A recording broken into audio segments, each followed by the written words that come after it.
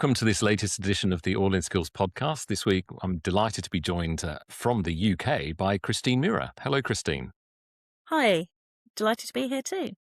Christine, I would have tackled all of the letters that come after your name. I checked you out on LinkedIn before we talked. You do have a lot of letters after your name, don't you? I do, and I think that's probably one of the things that I would say to younger people who are starting out. I wouldn't necessarily go ahead and keep on getting formal qualifications if you don't want to, but certainly do be open to lifelong learning in some capacity, whether it's informal learning. Everything you do, you're learning something, and I'm a complete advocate for learning. Yes, lots of letters after my name. I haven't really stopped. So I got a degree. I've never worked in the field of my degree. I got a modern languages degree, and I've never worked in that area ever, not intentionally. It's just the way things have turned out. Fell into a marketing job, literally fell into a marketing job. I was temping. And they said, "Do you want to do this stuff?" And I said, "Yeah, okay, sounds interesting." And along the way, they supported me to get some marketing qualifications. So I did the whole lot, kept going, took a bit of a break, went to another job, and then thought, how about an MBA? That would be useful. So, looked into that, worked on that, did that part-time alongside work, alongside family. And then I've just kind of carried on, fell into academia and thought everybody around here seems to have a PhD. Probably ought to do one of those. Took a while, but got to the end and did that too. And so on and so forth. Yeah, so I've kind of continued all the way through. And even at my current old age, I'm just completing a master's in educational leadership. So yeah, I've never stopped. I'm not saying everybody needs to do that. My children do say I should get a better hobby. But I think it is really important to just keep being aware of what's going on, what the opportunities are, and learning wherever you can, however suits you, because we all have different learning styles. So, lots of people might not want a book or an online set of resources, but there's lots of small things that you can do, whether that's, LinkedIn Learning or other opportunities that are around you. You said you started with a degree that you said you didn't carry on with. How did you decide what to study when you went to university? Well, this is back in the day where my parents weren't really very involved in deciding on university choices. There were no fees. I'm one of those lucky ones who didn't have to pay fees. And so the world was my oyster, basically. So I picked a university in a city that I wanted to live in for the next 3-4 years. And I liked languages and I was good at languages, and that's what I'd done for A-levels. So I went and did a modern language degree. That was very simplistic thought process, not really focusing on a career, but thinking, well, I'm sure I could use it in anything. And if I don't know what else to do, I'm sure I could go ahead and do some translations or get qualified as an interpreter. So that was the initial thinking. It was very broad. It was, what do I enjoy and what would I therefore be good at? What do I know I'm good at? Because I've done it before. I got my A-levels in French, German and English. So I knew that was something I could do. And that was it was fairly simple. Whereas I know these days, there's a lot of thinking through about which university, what are the ratings, how does it rank, what's going to be the best degree, what's the best use of my money, the investment that myself in terms of debt and maybe parents in terms of support are going to make. But yes, it was a simpler time, I'd say, when I went to university. Was it a sandwich degree? It wasn't a sandwich degree. It could be. It was one of those where you could go abroad for a year and study at another university supported by Erasmus, or you could just keep going. So I did double honours rather than joint honours. So I could have taken a year out, but it would have taken me 5 years rather than 4. So I just kept going, but I spent my summers and my Easter holidays somewhere else. So I spent 2 summers as an au pair in Germany, and with the same family. I went back the second summer, loved it, absolutely loved it. And of course, long summers. So, 3 odd months of immersing yourself with a family, speaking German every day, really was really helpful. And my other language is Spanish, and I've got family in South America. So I somehow wangled it that the support I would otherwise have received to go to Spain for 3 months to an intensive language class at a university, the university was kindly able to move that into international flight to South America. Not sure you could do that these days, but it was most opportune, and I went and spent a lot of time with my grandmother watching TV with her and learning Spanish that way. So I did do the immersion, but not in the traditional way of going abroad for a whole year. Did you compare that with maybe some colleagues or friends who actually did do the year out? Yeah, some people did the year out and loved it and did immerse themselves in that space and really enjoyed it and really got to grips with the culture and met local people and students in the country, in the home country. Others, I think it was a bit of a they spent a lot of time with the other English students. It was nice to be abroad in maybe a warmer country, and it was maybe less valuable. So, I mean, I certainly would say if you're going to do that, make sure you're getting the most out of it. By all means, enjoy some of the time, but, also go out and actually know where you're staying, know the place, understand it, go and see the history, find out a little bit more because there's nothing, we can all just be a tourist, but for a whole year, it's not the best use of your time or your money spent, probably. If you were talking today, considering that the way that things have changed, if you were today talking to a young person who is embarking on a modern language degree, would you encourage them or discourage them from taking that year out? I think if they were to take the year out and they were clear as to what they wanted to do with it, I think it could be really valuable. I'm fortunate that I had other ways of immersing myself in the language. I think you do need some time in the country to really do well. I think it would be quite hard to just go for 4 years through university in a UK university and not be abroad for any of the period of time. So I think it's kind of down to you to make sure that whichever route you go, you're getting the most out of that and actually really opening yourself up to another culture as well as the language. Britain today obviously is a very multicultural country, but notoriously the British aren't brilliant at second languages. No. Before we talk about your move into marketing, which I do want to hear about, throughout your career, has your second language, third language, has that played a role in your career growth? Or what impact has it had on your career?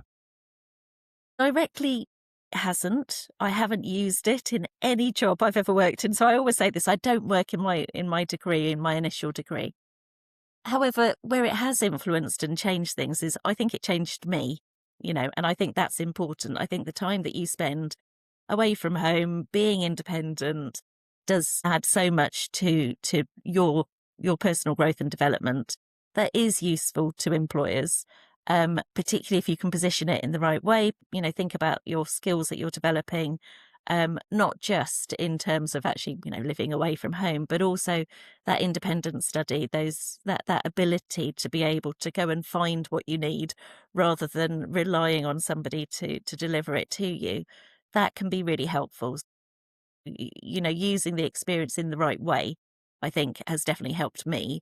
Uh, I think I spent a lot of time enjoying myself, but I did also buckle down and do the study that was needed. And a lot of it, because I chose to do it at the pace I did, meant that there were some trade-offs. So, for example, because I wasn't going to be assessed on the time I was spending abroad, I did have to provide an assessment. So I wrote an additional, effectively, an additional dissertation. So an extra 10,000 word assessment to kind of demonstrate that I was using my time, not just speaking Spanish, but learning culturally something new and different about that country and immersing myself in some of the very ancient history of the land. So I think it depends on what you do, but actually being able to do some investigation, to do some exploratory work on your own and independently, that in itself is something that is helpful in the workplace. Provide an objective, evidence informed stance on anything and to make your decisions accordingly is always going to be helpful. So just to be clear, had you moved away for university from Yes, home? yes, I went almost to the other side of the country. Yeah, so I grew up near London. I went to university in Manchester, and very much, the choices made for me. I was pretty young when I went to university, as most of us are. So, as I say, it wasn't a long and detailed decision, and neither of my parents had been to university. And my dad's advice was, well, you should do something you enjoy. You're going to be doing it for a long time and you're going to be doing it every day. So do something that you like. And that was quite simple, but I think that's actually quite helpful. I kind of every job I've had, I've always thought before I've gone for it, could I do this? Usually you haven't started looking unless you think you could. And then the second is, do I want to? Will I enjoy doing this? Because really everything that you're going to do in any role There will always be bits that you like less than others, but you're going to be doing this more than pretty much everything else in your whole life. For the period of time that you're employed in that role, you're going to be there probably more than you're sleeping. You're probably going to be there more than any other thing, spending time with family or your favorite hobby or whatever. You need to, for me personally, I need to want to do it. I need to enjoy it. I need to see that I'm contributing something, that I'm delivering something. You said earlier that you fell into marketing. Can tell us what Yes. happened? You finished in Manchester, and I finished in Manchester. I got a first job. Again, I fell into a first job because I'd had a job before I went to university, and I happened to hear that they were opening an office in Manchester, and I wanted to stay in Manchester for a bit. Picked up the phone and said, "Do you remember me? Anything I could help with at your new office?" And they said, "Yes, come work for us. We do remember you." So I had a job there. And I worked and stayed in Manchester for another year after graduation. And then I wanted to move away. So I came down to the Midlands, couldn't stay in that job, was looking around for something else, but wanted the right thing for me. I kind of thought probably best to get a proper graduate job now as opposed to anything else. And in the meantime, I'm going to do some temp work through an agency. So there I was temping in various different roles, and various of them said, actually, there's a vacancy here. You know, you could do what you're doing now, but full time. And again, the question always was, but do I want to? Can I see myself doing this 5 days a week, every day, all day? And eventually I got to a rather notable and large and significant accountancy firm. And I thought, I don't want to be an accountant. I don't want to do this forever. But they said, well, we've got the marketing role is vacant. Would you like to stay and do that? I didn't know anything about marketing at the time. I'd never thought about marketing as a career. We didn't really hear of, marketing degrees or anything like that so much. A business degree was quite a novelty until I'm quite ancient at this point. But they kind of said, well, would you like to do that? And they explained a little bit what the job would be. And I thought, yeah, I could do that and I'd like to. So again, it was those two questions. Could I do this and would I want to? And so, yes, I took the job and I was there for over 5 years. Loved it and kept learning, kept moving, kept getting promotions, kept expanding my portfolio, kept learning. And that was the key thing for me. So, yeah, loved it. Got to a certain point and thought, I can't really do much more here now. let me ask: in what capacity were you taken on there? Like, as a graduate entry thing, or as a No, they what were did they? they it was interesting. They were the temp role that I had. I was manning reception and doing a bit of this and that, and it was very much admin work, nothing very exciting at all. And I definitely didn't want to do that forever. That certainly wasn't a graduate scheme or anything of interest. But when we started talking about the fact that they did want to replace their marketer who had recently left, they hinted at the fact that they did have a graduate scheme for accountants and tax advisors, which I definitely didn't want to do. But actually, when it came to it, because I was now in as a marketing, just an ordinary marketing, first of all, marketing coordinator, there was a precedent that they supported their new entry colleagues through their tax exams and they supported them through their accountancy exams. So I said, well, will you support me through my marketing exams? And they said, well, I think we've done that for somebody once at Oxford. And I said, okay. So I spoke to them. How did you get that? What did you do, etc. What was the deal? And yeah, so I got an equivalence basically. So I wasn't recruited as a graduate entry, but I kind of made it one. And I had a very supportive manager through that. So Was it a large company? they're currently in the top 5. So yes, yeah, and And they're did known for supporting graduates in through fact accountancy.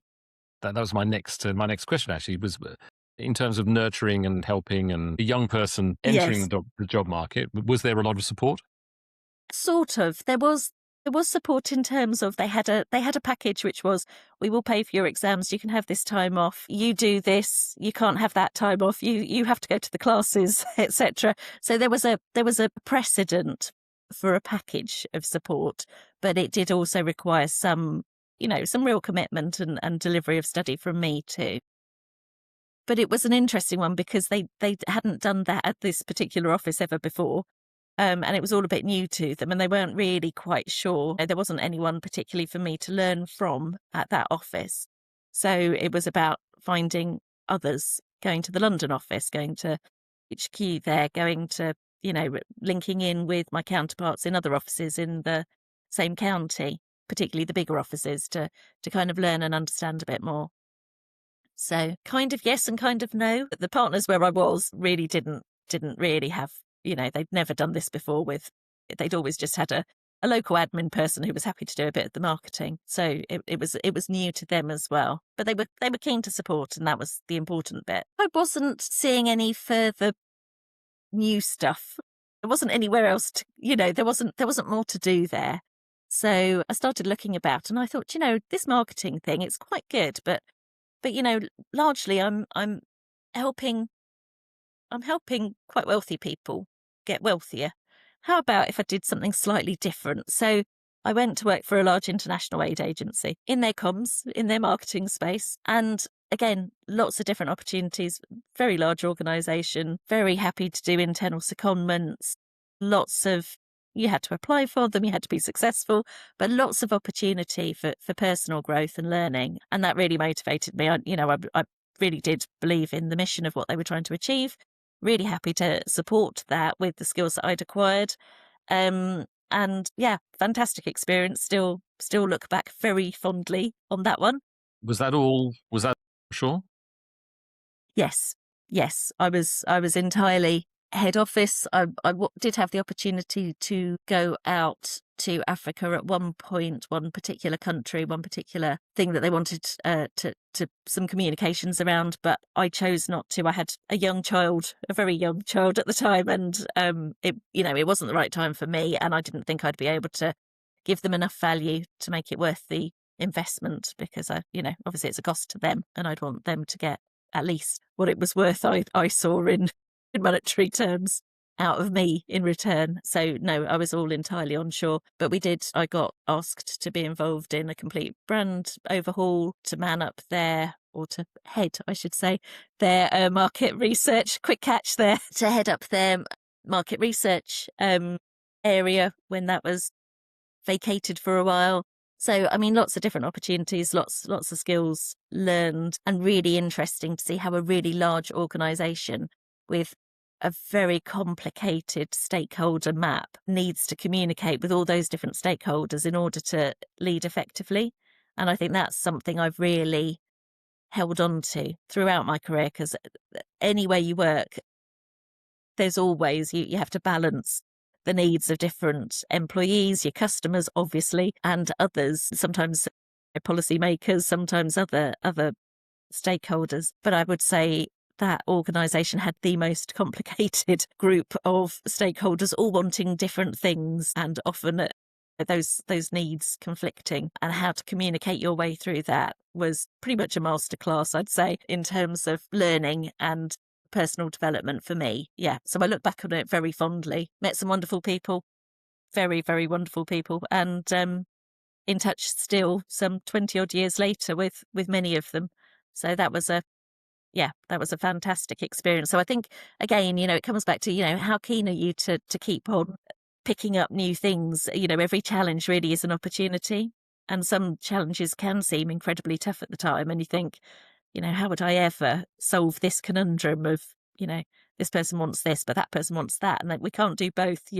How do we do it? How do we keep everyone happy, or at least on side through this all? And were you able to feel challenged and find those opportunities for growth within that organisation?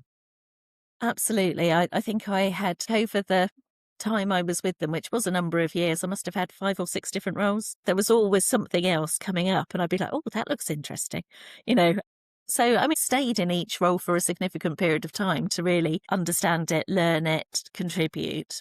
But then there'd be something else, and I'd think, that looks interesting. Even if it was the things that people would say, I wouldn't go there. That's really tough. That's that's a really difficult thing to try to achieve. I've never been worried about that. And sometimes we were going through quite a major organisational change towards the end. And I think over my career, I found that change is one of the hardest things.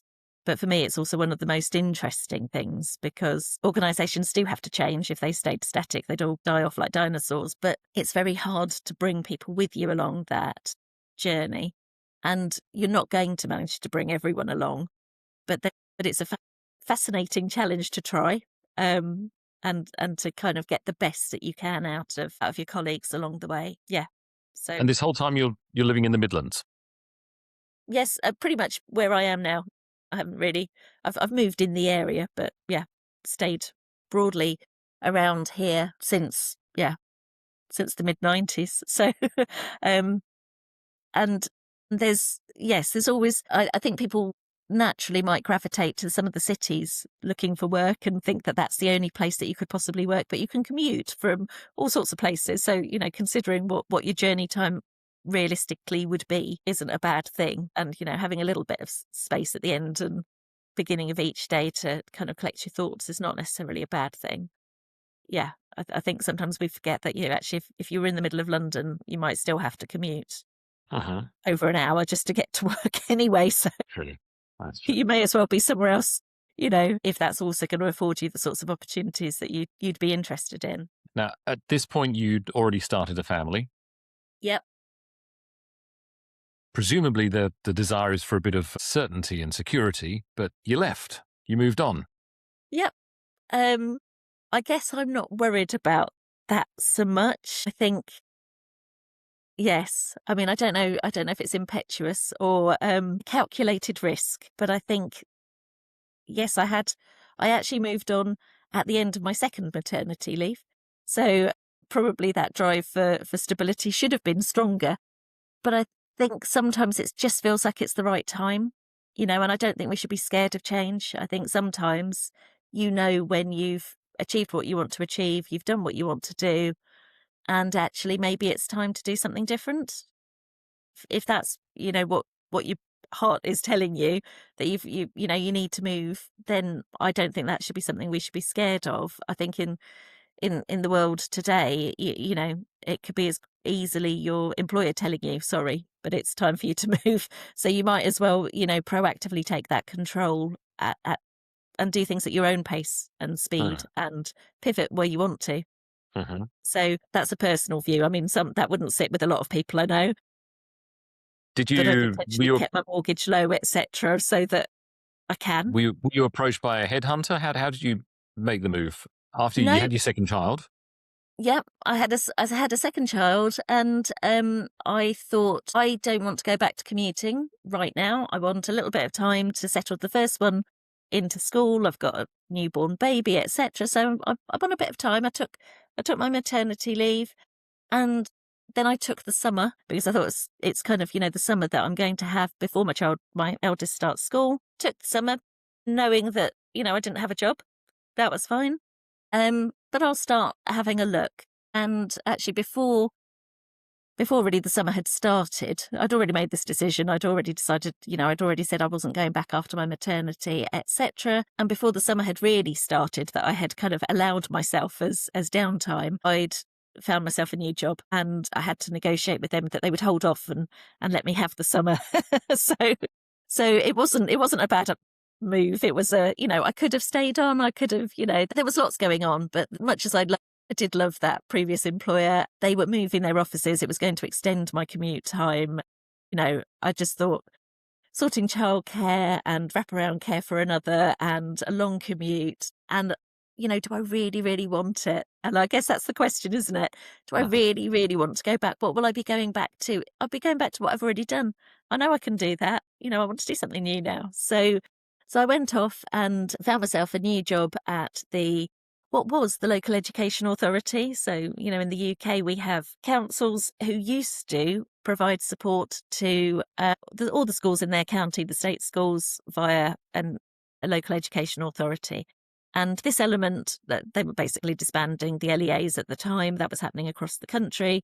And in my particular county, they had a support service for schools which used to provide training and upskilling to teachers in areas where there was potentially a weakness, or they'd provide training where there was a new initiative from government asking them to change how, I don't know, teaching reading to the under fives was going to be rolled out, all those sorts of things. Um, and the way that the county council had decided that they were going to retain this service was only if it could be turned into a fully self-funded training service. So that was my challenge. I was to take a department from public sector into a self-funded, it didn't have to make a massive profit, but it had to pay for itself and turn it into something that, we were charging sufficient that we could cover all the costs of employees, systems, premises, etc. So I did that. And your role was marketing? The role officially, it was a business manager. So it was a bit of a pivot, but I guess because they were trying to turn something into a self-funded, they knew that marketing was going to be key. So they wanted my marketing skills, but they also wanted those broader business skills of, I was partway through my MBA at this point, going back to the education stream that runs alongside my life. I was partway through the MBA because during that second maternity leave, I thought, going to do all day? The baby sleeps at times. What am I going to do? So I started an MBA. That was the point at which I started the MBA, and luckily only part-time. And so I was partway through that. They wanted business skills. They wanted marketing skills. That's kind of how I got the role. I'd never worked in that sort of area before. I didn't really know much about, the education landscape in the state sector, particularly at primary or secondary levels. But it was interesting. Lots to learn again. So, and at the same time, I did some voluntary work. I chaired our local preschool.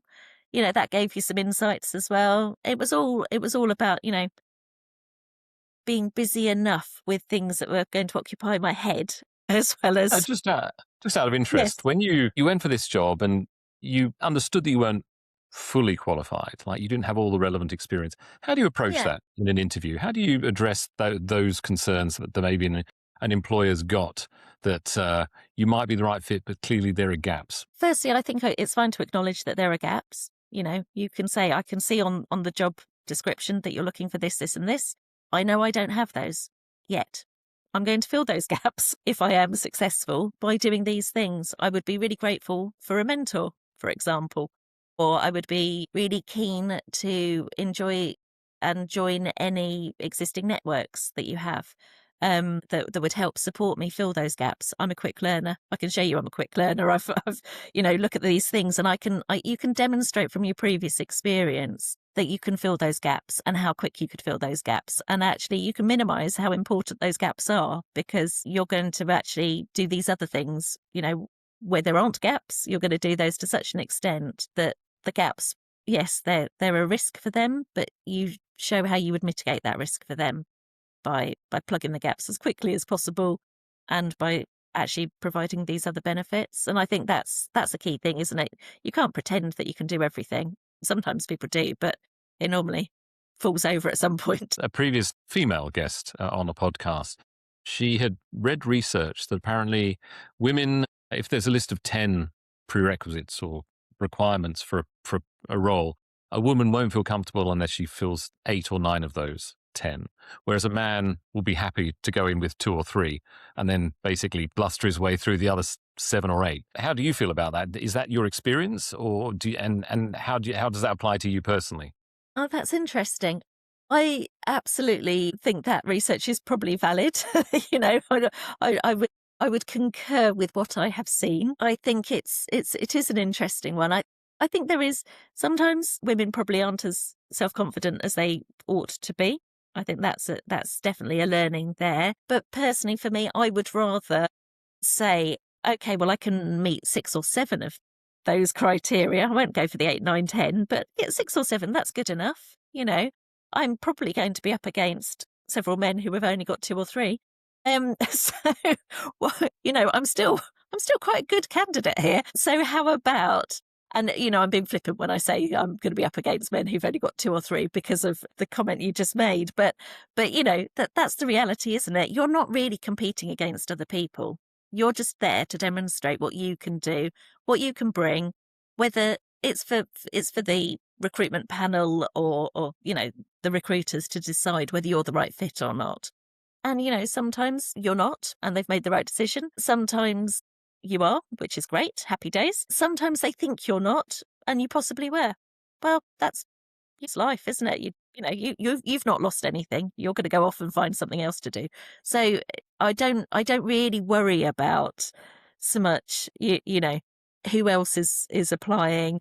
whether they meet all the criteria, whether they meet some of the criteria, whether they're going in purely on self-confidence, rather than, being able to demonstrate. My job is to represent me, and I represent me by saying, these are the things I can do, these are the things I know I can't do, but I will be able to do them, or I'll be able to mitigate them by drawing on these other people who I know have probably got those skills.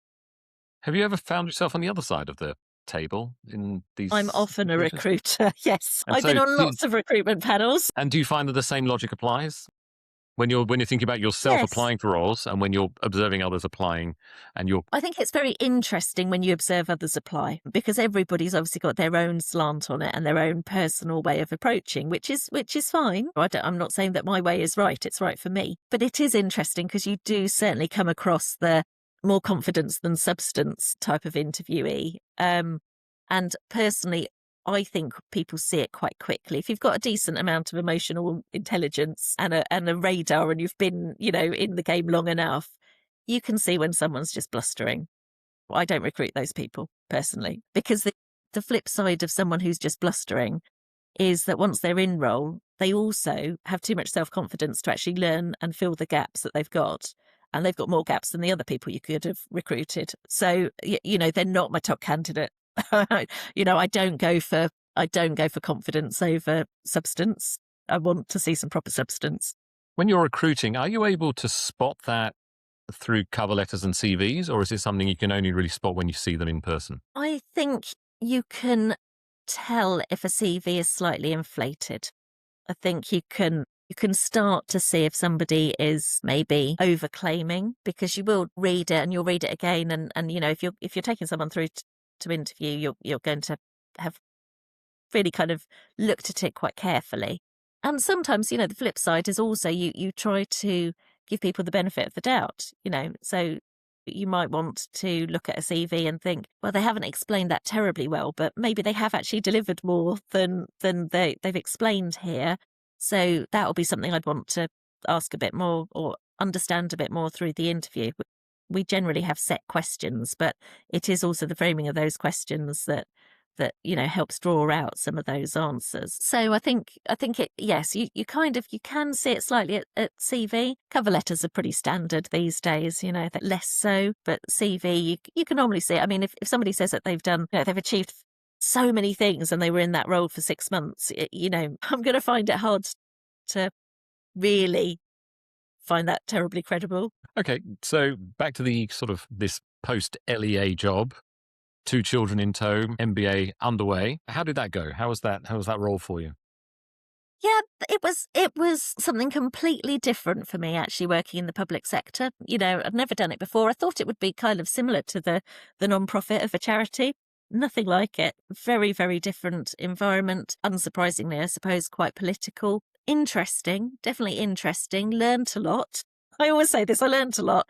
I did. I like to observe and I like to listen. I talk a lot, but I also, I'm watching, and learning as I go and seeing how people respond to things, why they, trying to understand why they do what they do. And I think that's quite a useful thing. And I kind of quickly found that I'd probably bitten off more than I could chew. We did get it to I did get it to self-funded status relatively quickly and got the processes moved that needed moving. But it wasn't my sort of place. I think not their fault at all. I probably wasn't, I probably wasn't a bad hire because I did what they wanted, but I probably wasn't the best fit for a long term, and actually, I don't think that's what they wanted anyway. They wanted someone who was going to come in, do the job and move on again. Mm-hmm. And so that's what I did. And again, I moved without really thinking about where I was going too hard. So I moved because it was the right thing for me. Again, 2 small children, still a bit of the MBA to complete. Last hurdle, the big project to do and to complete. And I decided that I would look around and see what I could do that might be more flexible around my children, 2 small ones still, help me actually get on and get this MBA finished off, and set up a consultancy with an old friend who was a PR specialist, and we did some business and marketing and PR consultancy for small local businesses.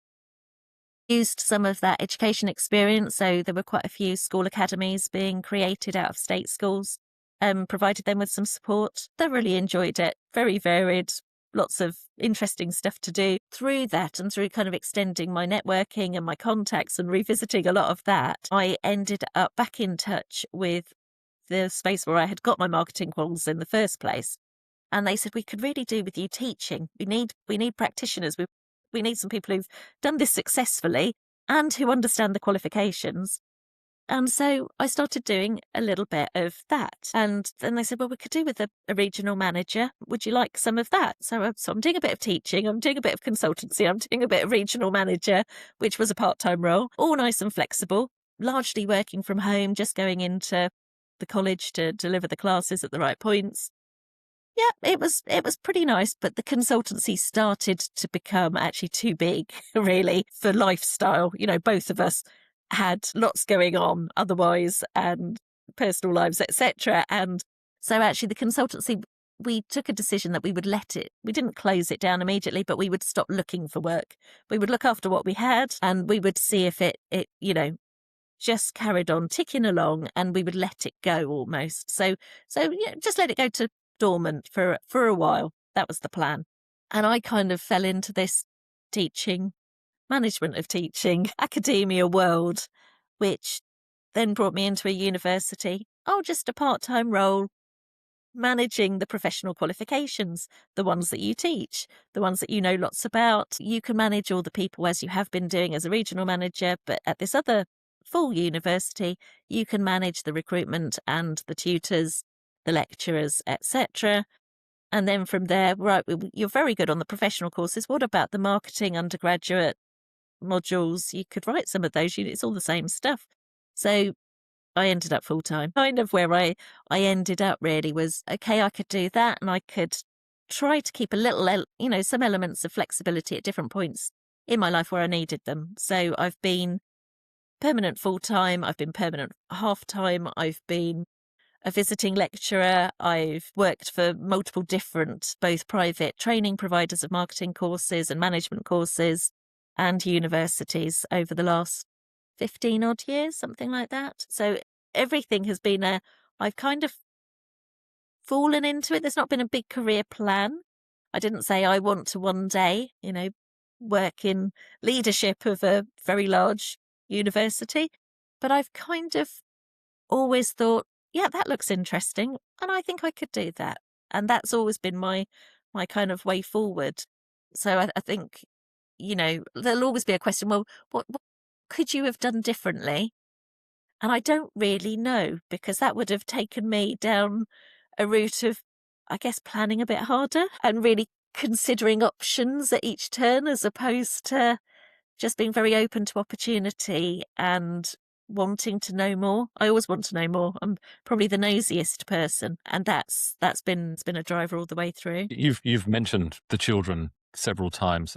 I just wonder, it has come up with in previous conversations about the ability to reconcile a full career and maternity leave and raising children and that kind of thing.